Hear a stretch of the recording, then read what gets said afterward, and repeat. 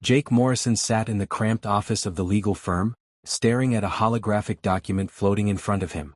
His hands were shaking slightly. The lawyer, an older woman with gray hair pulled back tight, watched him with patient eyes. "I don't understand," Jake said for the third time. "Uncle Richard barely knew me. We met twice. Maybe 3 times." The lawyer tapped her tablet. "Nevertheless, Mr. Morrison, you're the sole beneficiary of his estate. That includes Outpost Meridian, a decommissioned mining station in the asteroid belt, and all contents therein." Jake laughed, but it came out bitter. "Contents? What contents? The man lived in space for 40 years.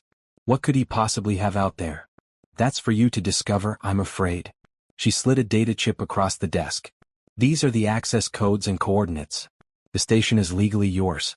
What you do with it is your decision." 3 weeks later, Jake found himself on a beat-up cargo hauler heading into the belt. He'd taken leave from his regular job hauling supplies between Earth and Mars. The other crew members gave him strange looks when he told them his destination. Outpost Meridian had been abandoned for 7 years. Nobody went out there anymore. The asteroid belt stretched endlessly in all directions. Rocks the size of cities drifted in the darkness, separated by millions of kilometers of empty space. Jake felt incredibly small as the hauler navigated through the debris field. Finally, after 2 days of careful flying, Outpost Meridian appeared on the view screen. It looked dead. The massive cylindrical structure rotated slowly, its solar panels retracted and dark. No lights showed in any of the windows. The docking ports were sealed tight. Jake felt his stomach sink. This was a mistake. He should sell it for scrap and forget the whole thing. But he'd come this far. The docking procedure took an hour. The station's automated systems barely functioned, and Jake had to manually override 3 different safety locks. When the airlock finally opened, stale air rushed out. His suit sensors showed breathable atmosphere, but just barely. The oxygen recyclers were running on backup power. Jake stepped into the main corridor and immediately understood why his uncle had been called strange. The hallway stretched in both directions, curving with the station's rotation. Emergency lights flickered every few meters, casting everything in a sickly red glow. Dust covered every surface. Papers and equipment floated in the low gravity, undisturbed for years. "Hello?" Jake called out. His voice echoed back at him. "Anyone here?" Silence. Then, from somewhere deep in the station he heard it. A clicking sound. Metal on metal. Regular, rhythmic. Coming closer. Jake's hand moved to the plasma cutter on his belt. Probably just a malfunctioning maintenance bot. The station was full of automated systems. But his heart hammered anyway. The clicking grew louder. Then around the corner of the curved hallway something appeared. It was a dog. Or at least it looked like a dog. 4 legs, a tail, pointed ears. But it was made entirely of chrome and polymer, its surface dulled by years of dust. About the size of a large German shepherd. Its eyes glowed with soft blue light, and when it saw Jake, it stopped. They stared at each other for a long moment. Then the robot dog's tail began to wag. Slowly at first, then faster. It took a careful step forward, then another. When it spoke, Jake nearly jumped out of his skin. "Hello, Jake." The voice was warm, almost cheerful. Male with a slight accent Jake couldn't place. "I'm Ranger. I've been waiting for you." Jake pressed himself against the wall. "How do you know my name?" The robot dog sat, a perfectly natural motion that seemed impossible for a machine. "Richard told me about you. Before he died, he talked about you quite a bit. He showed me pictures. He said you had his eyes." What? Jake's mind struggled to catch up. "You're just an AI. A companion bot or something." "Or something," Ranger agreed. The tail kept swishing back and forth. "Are you going to stay? Please say you're going to stay. It's been very quiet here. 7 years, 4 months, and 16 days of quiet." Jake looked around the dark, dusty corridor. "This place is a wreck. Why would I stay?" Ranger stood up and walked closer. Up close, Jake could see the craftsmanship in the robot's construction. Every joint was perfectly fitted. The optical sensors in its eyes were incredibly sophisticated. This wasn't some cheap companion bot from a catalog. This was custom work. "Because Richard left it to you for a reason," Ranger said quietly. "He could have left it to a corporation. Could have sold it himself before he died. But he wanted you to have it. He wanted you to decide what happens next." "Decide what?" "It's just an old mining station." Ranger's ears drooped slightly, a gesture so dog-like that Jake felt a weird pang of sympathy. "It's much more than that. But you'll have to trust me. Richard made me promise not to tell anyone unless they chose to stay. Unless they proved they were worthy. Jake wanted to laugh. Worthy? He was a cargo hauler who could barely pay his bills. He lived in a pod apartment on Mars that was smaller than this hallway. Nothing about his life suggested he was worthy of anything. But looking at Ranger, at the hope in those glowing blue eyes, Jake felt something shift. His uncle had been alone out here for decades. This robot had been alone for 7 years, waiting for him. All right, Jake heard himself say. I'll stay. At least for a little while. Ranger's tail wagged so hard his whole back end wiggled. Really? You mean it? Yeah, I mean it. Oh, Jake, you have no idea how happy this makes me. Come on, I'll show you around. We should start with the living quarters. They're dusty, but the bed still works. And the food synthesizer. Richard kept it maintained. Well, I kept it maintained after Richard. Ranger's voice trailed off. After he died, Jake finished softly. Yes. Ranger started walking down the corridor, looking back to make sure Jake followed. He was a good man, Jake. Brilliant but troubled. He carried secrets that weighed on him. Heavy secrets. What kind of secrets? Ranger glanced back, those blue eyes unreadable. The kind that could change everything. But first you need rest. Tomorrow we'll start bringing this station back to life. Together. As Jake followed the robot dog through the dark corridors of Outpost Meridian, he had no idea that his life had just changed forever. He didn't know about the files hidden in the vault. He didn't know about the war that had been erased from history. And he certainly didn't know the truth about Ranger. But he would. Soon enough he would learn everything. The first week on Outpost Meridian was exhausting. Jake woke up every morning in his uncle's old quarters, staring at the curved ceiling and wondering what he'd gotten himself into. But Ranger was always there, waiting outside the door with what Jake could only describe as mechanical enthusiasm. Morning, Jake. I've mapped out Sector 3 today. We should restore power to the hydroponics bay. Fresh vegetables would be nice, don't you think? Jake rubbed his eyes. Ranger, it's 5 in the morning. Perfect time to start. The solar panels are catching optimal light right now. Despite himself, Jake smiled. There was something infectious about Ranger's energy. The robot never seemed to tire, never complained, and somehow made even the most boring repairs feel important. They worked side by side, crawling through maintenance shafts and rewiring power conduits. Jake quickly realized that Ranger knew every centimeter of the station. Every hidden panel, every backup system, every shortcut through the maze of corridors. It was impressive but also a bit strange. How long did you say you've been here? Jake asked one afternoon. They were in the engine room replacing burnt-out capacitors. 7 years, 4 months, and 23 days now, Ranger replied without hesitation. I keep track. Jake wiped sweat from his forehead. And you've been alone this whole time? Yes. Richard programmed the station to send the inheritance notice after a certain period. I waited like he asked. I knew someone would come eventually. Ranger's tail swished slowly. I hoped it would be you. Why me specifically? Ranger was quiet for a moment, his optical sensors focused on the wiring in front of him. Richard talked about you sometimes. Late at night when he couldn't sleep. He said you were kind. That you helped people even when it cost you something. He showed me a news article once, about how you rescued a stranded mining crew near Jupiter. You used all your fuel and had to be towed back yourself. Jake felt his cheeks warm. That was nothing. Anyone would have done it. No, Ranger said softly. Not anyone. That's the point. As the days passed, Jake noticed things about Ranger that didn't add up. The robot moved with fluid grace that seemed impossible for a machine. He anticipated Jake's needs before Jake even realized them himself. When Jake cut his hand on a sharp panel, Ranger had the medical kit ready before Jake could ask. When Jake felt frustrated with a stubborn circuit board, Ranger somehow knew to crack a joke to lighten the mood.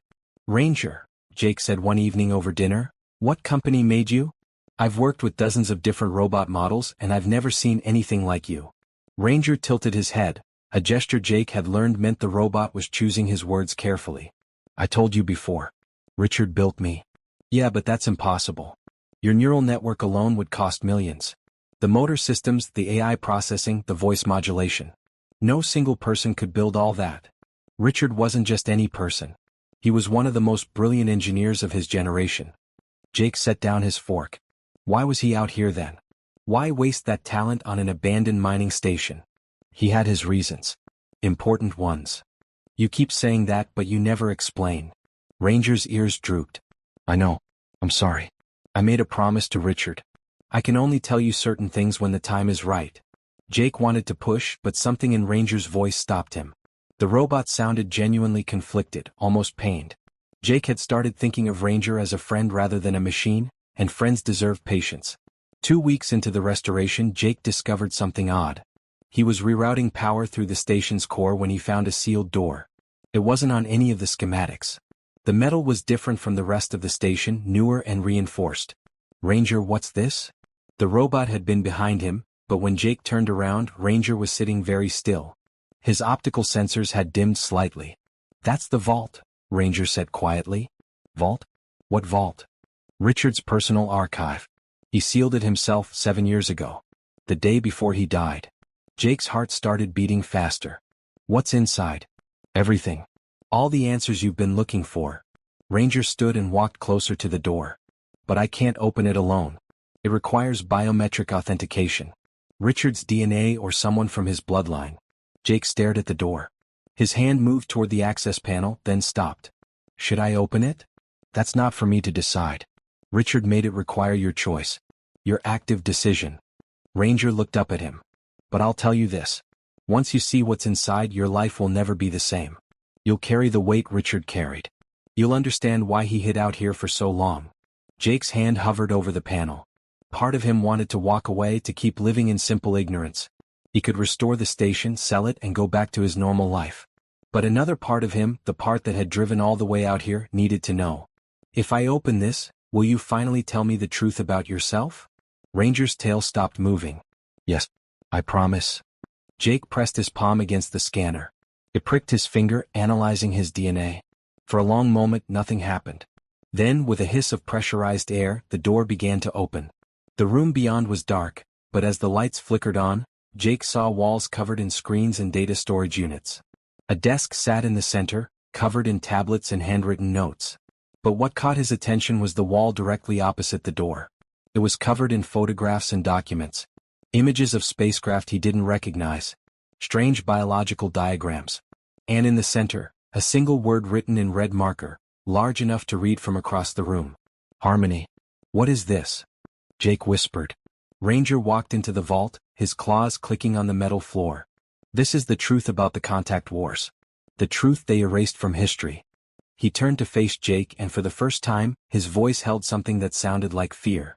And it's the truth about me. Jake felt cold despite the station's climate control. What do you mean? Ranger's optical sensors brightened, then dimmed, then brightened again. Like he was struggling with something. Jake, I need to tell you something. Something Richard made me hide until someone he trusted came. Until you came. Tell me. I'm not just a robot. Ranger's voice was barely a whisper. My body is mechanical, yes. Richard built it by hand, piece by piece. But my mind, my consciousness, the thing that makes me me. He paused. It didn't come from any human programming. Jake's mouth went dry. Then where did it come from? Ranger looked directly at him, and Jake saw something in those glowing eyes he'd never noticed before. Something ancient and utterly alien. I'm what's left of a Harmony entity. I'm the alien your uncle found dying on an asteroid 15 years ago. I'm the enemy that humanity fought and tried to forget. Ranger sat down slowly. I'm not human, Jake. I never was. And now that you know, everything changes. The vault felt very small suddenly. Jake looked at his friend, his companion for the past 2 weeks, and tried to reconcile what he'd just heard. An alien. Ranger was an alien. And somewhere out in the darkness of space, Jake had a terrible feeling that something was coming. Something that would test everything he thought he knew about friendship, loyalty, and what it meant to be human. Jake couldn't move. He stood frozen in the doorway of the vault, staring at Ranger. The robot dog sat perfectly still, his glowing blue eyes fixed on Jake's face, waiting for a reaction. Say something, Ranger finally whispered. Please. Jake's mouth opened, then closed. His brain felt like it was short-circuiting. You're an alien? I was. Now I'm not sure what I am. Ranger's tail curled around his body, a defensive posture. Are you afraid? Was he afraid? Jake searched his feelings. He'd spent 2 weeks with Ranger, working side by side, eating meals together, even laughing at the robot's terrible jokes. If someone had told him on day 1 that Ranger was an alien consciousness in a mechanical body, he would have run screaming. But now, I don't know, Jake said honestly. I'm confused. I'm shocked. But afraid. He shook his head slowly. No. I don't think so. Ranger's ears perked up slightly. Really? You've had 2 weeks to hurt me if you wanted to. You haven't. You've been nothing but helpful and kind. Jake stepped fully into the vault. But I need answers. Real ones. No more secrets. Okay. Ranger stood and walked to the main console. Let me show you everything. The screens flickered to life. Jake pulled up a chair as Ranger began pulling up files. The first thing that appeared was a video. It showed a young man in a military uniform. The name tag read Morrison R. Uncle Richard, 30 years younger. This is from the Contact Wars, Ranger explained. The real story, not the sanitized version they teach in schools. The video played. Richard spoke directly to the camera, his face haggard and tired. Day 47 of the conflict. We lost another colony today. New Perth, population 3 million. The Harmony consciousness swept through in less than an hour. Every human there is now part of their collective. We can't even call it death. They're still alive technically. But they're not themselves anymore. They're just pieces of something bigger, something that doesn't understand the concept of I or me. Jake felt sick. 3 million people? 6 colonies fell before humanity developed countermeasures, Ranger said quietly. 18 million people absorbed into the collective. The war lasted 2 years. It only ended because both sides reached a stalemate. Humanity couldn't destroy the Harmony, and the Harmony couldn't absorb all of humanity before we'd blow up entire planets to stop them. More files appeared on the screens. Battle reports, casualty lists, research documents. Jake read them with growing horror. This wasn't the peaceful first contact story everyone knew. This was a nightmare. Why did they lie? Jake asked. Why hide this? Fear. Panic. After the war ended, both governments decided to bury the truth. They were worried humanity would tear itself apart with paranoia, seeing Harmony agents everywhere. So they rewrote history. Made it a peaceful contact that went wrong due to misunderstandings. Most people who knew the truth were sworn to secrecy or died in the war. Jake looked at Ranger. And my uncle? Richard was part of the science team studying captured Harmony technology. He was trying to understand how their collective consciousness worked, looking for weaknesses. Ranger brought up another file. Then, 3 years after the war ended, he was on a research mission in the belt. That's when he found me. A new video appeared. This one showed Richard in civilian clothes, older now, standing in what looked like a cave inside an asteroid. Behind him was a twisted mass of biomechanical material, faintly glowing. I found something, Richard said to the camera. His voice was shaking. A Harmony unit. It's damaged, separated from the collective. I should call it in. Protocol says to destroy it immediately. But he moved closer to the biomass. It's afraid. I can feel it. It's experiencing individuality for the first time, and it's terrified. Jake watched as his uncle spent days studying the damaged Harmony unit. Richard brought equipment, set up life support, and slowly began communicating with it. The biomass responded, forming patterns and symbols. They were talking to each other. He saved me, Ranger said softly. I was dying. Alone for the first time in my entire existence. You have to understand, Jake, the Harmony Collective is like, imagine every thought you've ever had is shared with billions of others. You're never alone, never separate. Then suddenly I was cut off. It was like losing every person you've ever known all at once. The silence was deafening. Jake tried to imagine it and failed. That sounds horrible. It was. But it was also incredible. For the first time, my thoughts were my own. I could choose what to think, what to feel. Richard taught me that individuality wasn't a curse. It was a gift. Ranger's voice grew warm. He spent years building this body for me, transferring my consciousness piece by piece. He gave me legs to walk with, eyes to see with, a voice to speak with. He gave me a life. More files appeared. Jake saw years of research, of Richard carefully constructing Ranger's robotic body. The work was meticulous, loving even. In some video logs, Richard talked to the camera like he was talking to a friend. I know what people would say if they knew.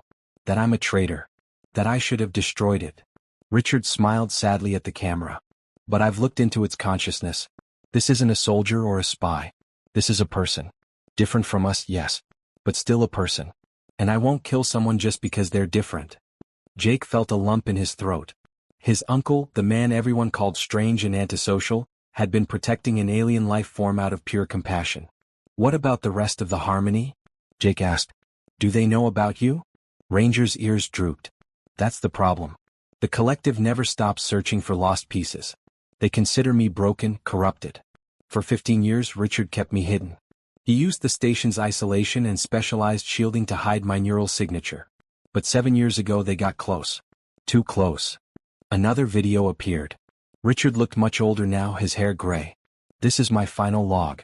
The Harmony has sent scouts. They've detected something in this sector. I can't let them find Ranger or this station. The technology here, combined with Ranger's unique neural structure, could be weaponized. Either against the Harmony or against humanity. I won't let that happen. Jake watched as his uncle prepared a small ship. I'm going to lead them away. Make them think the signal is coming from me. With any luck, they'll follow me into deep space and leave the station alone. Richard looked directly at the camera. If anyone is watching this, especially you, Jake, know that I don't regret anything. Ranger taught me that consciousness in any form deserves respect. That kindness isn't weakness. I hope whoever finds this understands that. The video ended. The vault was silent except for the hum of computers. He sacrificed himself for you, Jake said. Yes. He led the scouts on a chase that lasted 3 days. Then he triggered his ship's reactor and destroyed himself along with the Harmony scouts.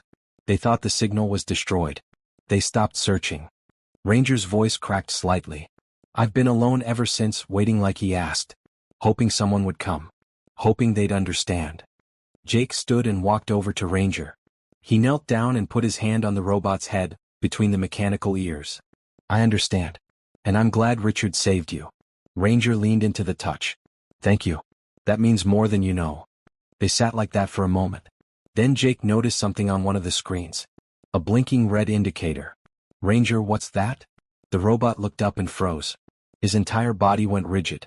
No. No, no, no. What is it? Ranger rushed to the console, his claws clicking frantically on the keyboard. Data scrolled across the screen. Jake saw numbers, coordinates, and one word that made his blood run cold. Detected. They found us, Ranger whispered. The Harmony. They found the station. Jake felt the room spin. How? You said you were hidden. I was. But when you opened the vault, we had to power up systems that have been dormant for 7 years. The shielding had gaps while we accessed the files. Just for a few minutes, but... Ranger pulled up a star map. Several red dots were moving toward their location. It was enough. They're coming. How long do we have? Ranger's optical sensors dimmed. 48 hours. Maybe less. Jake stared at the red dots moving across the star map.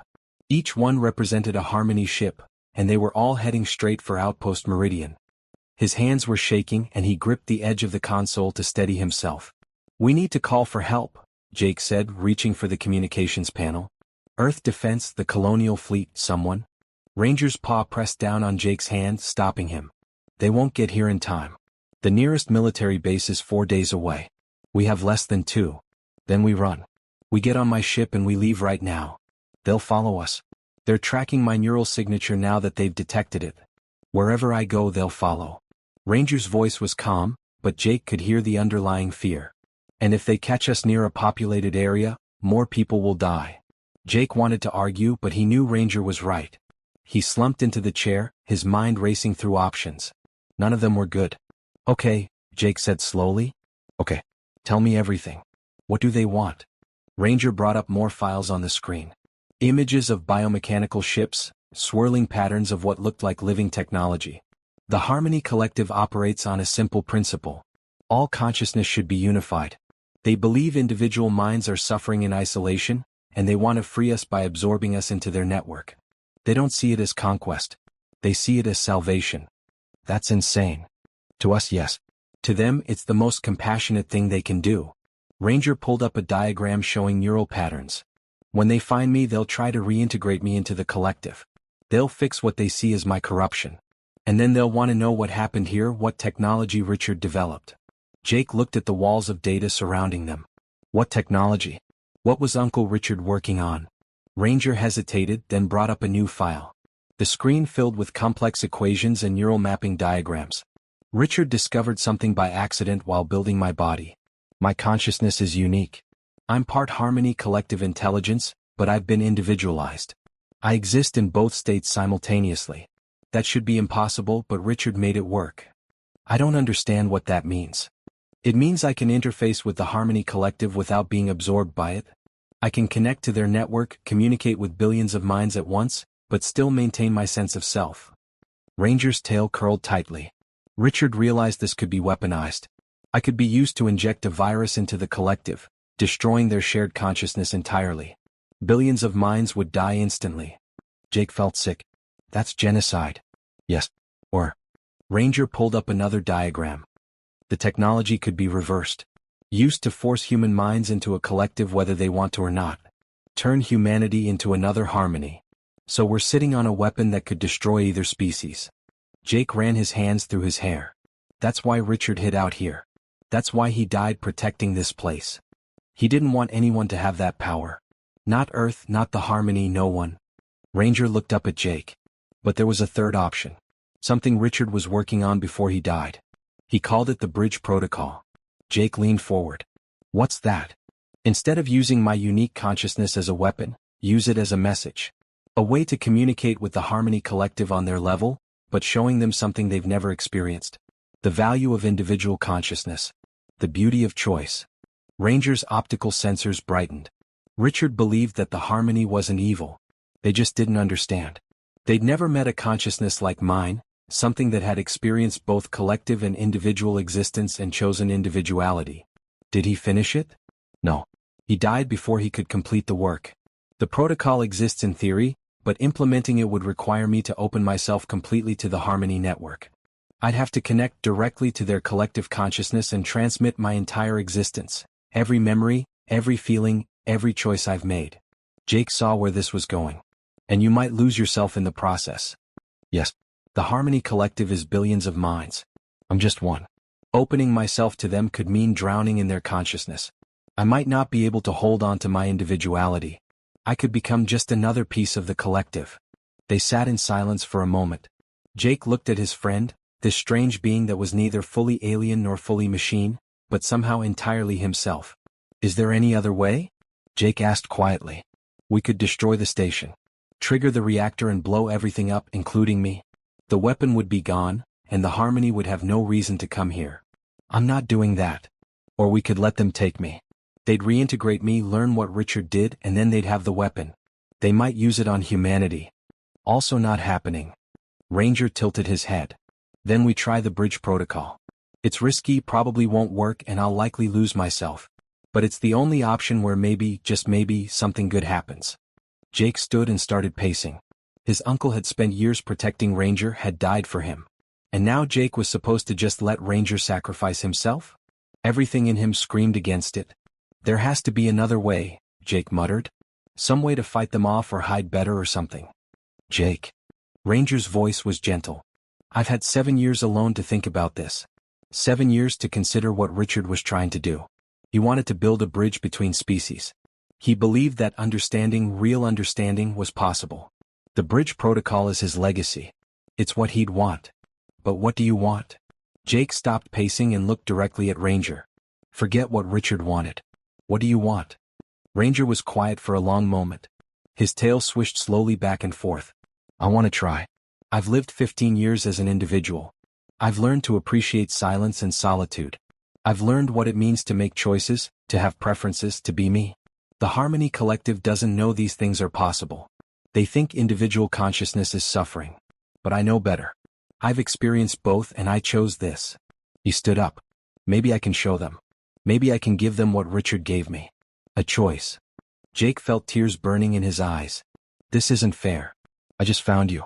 I just found out I had an uncle who was actually a good person. And now I'm supposed to lose both of you? Life rarely is fair. Ranger walked over and sat next to Jake. But you gave me something important these past few weeks. You treated me like a friend. Not like a weapon or a science experiment or a mistake. Just a friend. Richard did that too, but I'd been alone so long I'd almost forgotten what it felt like. You reminded me. And that's worth everything. Jake wiped his eyes roughly. If we do this, if we try the Bridge Protocol, I'm helping. I'm not sitting on the sidelines while you risk everything. I was hoping you'd say that. I can't activate the protocol alone. I need someone to monitor the connection to pull me back if I start to lose myself. Someone I trust completely. Ranger's glowing eyes met Jake's. Someone like you. Jake took a deep breath. Okay. Show me what we need to do. They worked through the night. Ranger pulled up Richard's incomplete notes on the bridge protocol while Jake studied the station systems. The plan was terrifyingly simple. When the Harmony ships arrived, Ranger would use the station's communications array to connect directly to their network. Jake would monitor Ranger's neural patterns, watching for signs that he was being absorbed. If it went wrong, Jake would sever the connection and trigger the station's self-destruct. "This is insane," Jake muttered, soldering a connection on the communications panel. His hands were steadier now that he had something to do. "Completely," Ranger agreed. He was running diagnostics on his own systems, preparing himself for the connection. But it's the kind of insane Richard would approve of. Hopeful insane.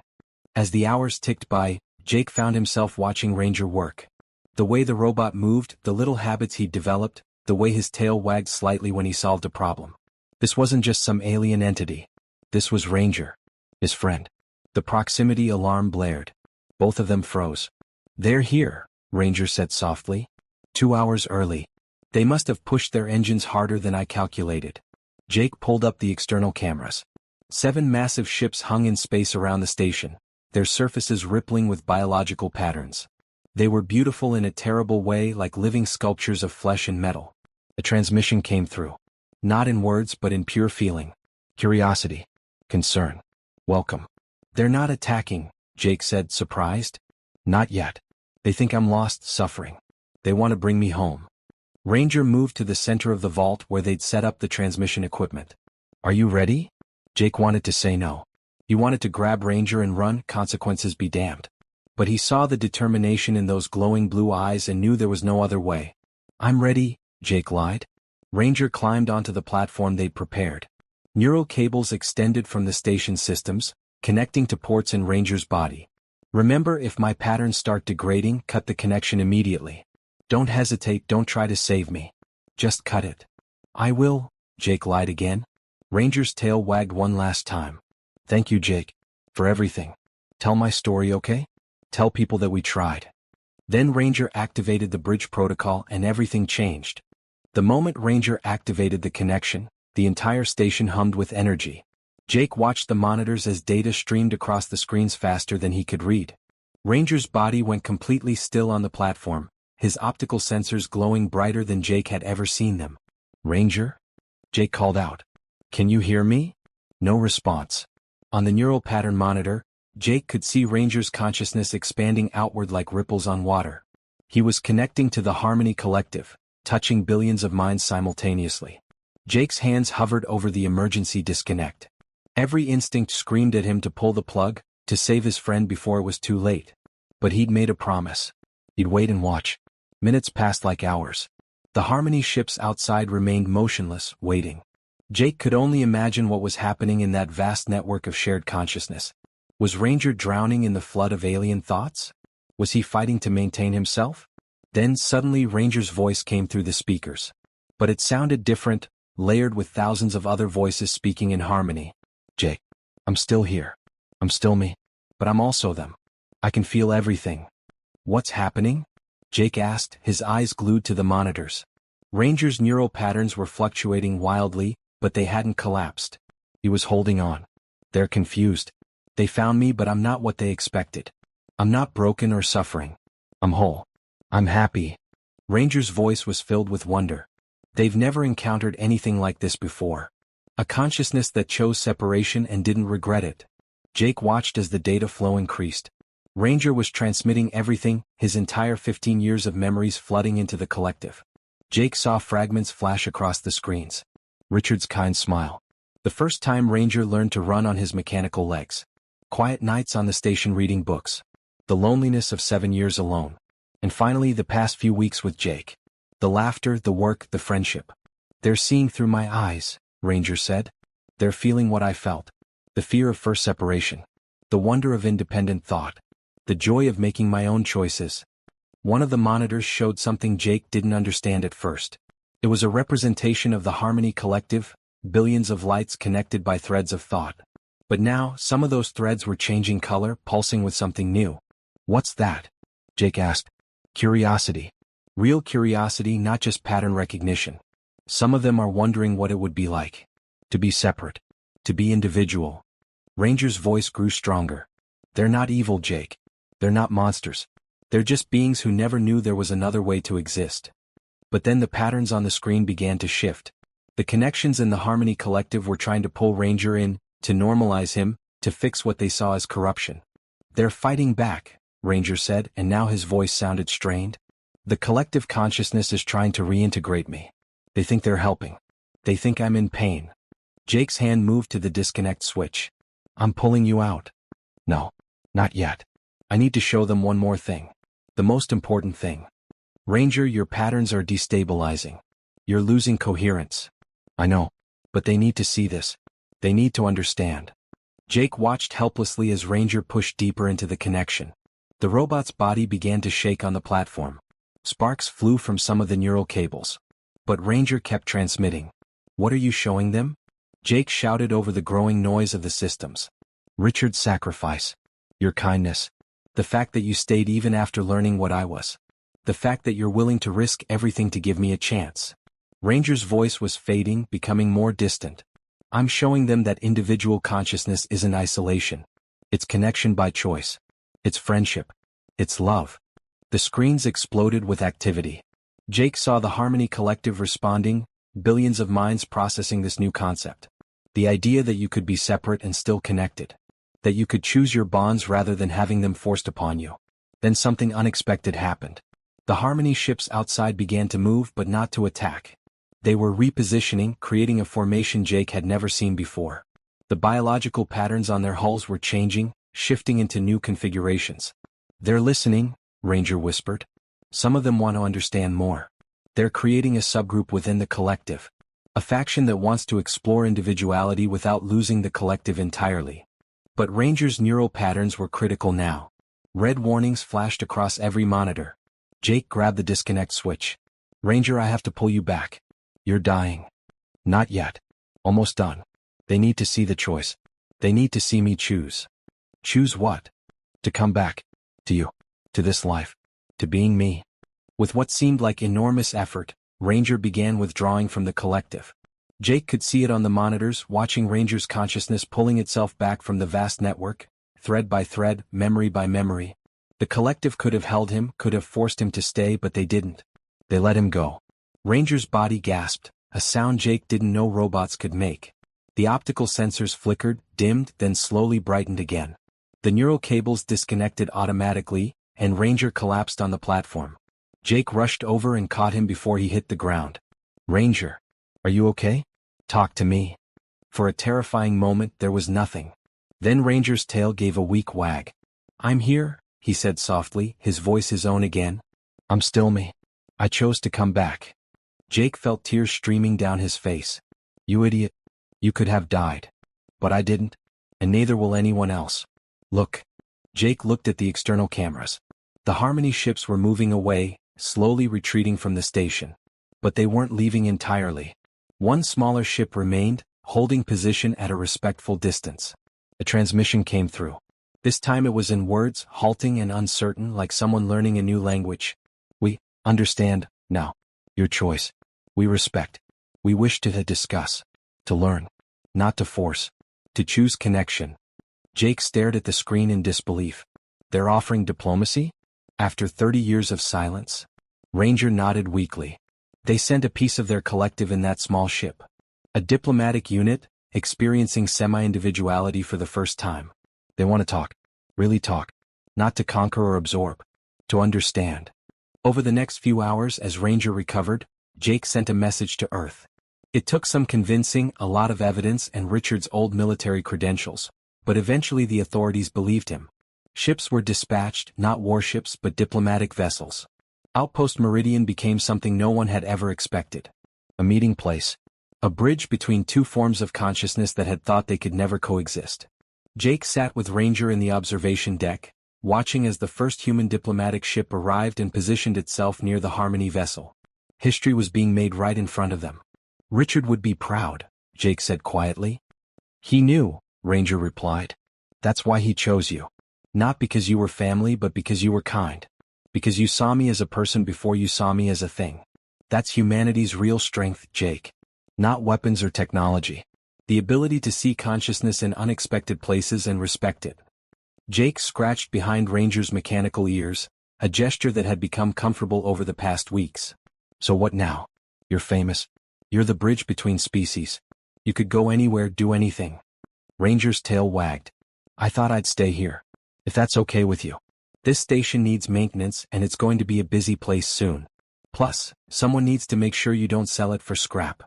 Jake laughed, the sound echoing in the observation deck. Yeah, I guess that ship has sailed. Besides, I've gotten used to having a robot dog around.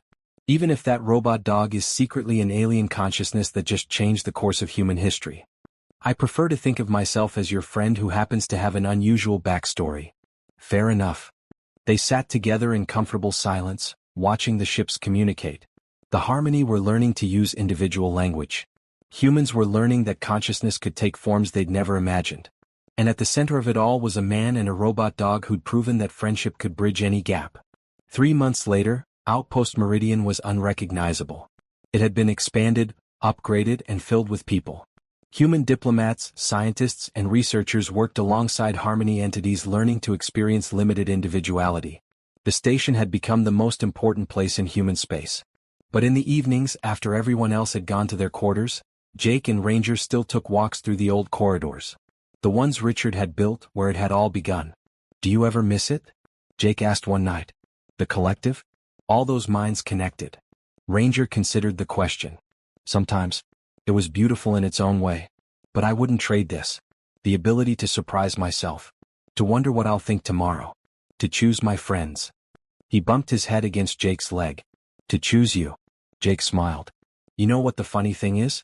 I came here expecting to find junk. Maybe some old mining equipment to sell. Instead, I found family. Family, Ranger repeated, testing the word. I like that. And as they walked through the station that had become their home, the bridge between two civilizations, Jake realized something profound. His uncle Richard had been right all along. The greatest discoveries weren't about technology or weapons or power. They were about connection. About recognizing that consciousness, in whatever form it took, deserved respect, kindness, and the freedom to choose its own path. That was humanity's true strength. And it was a lesson the entire galaxy was finally learning.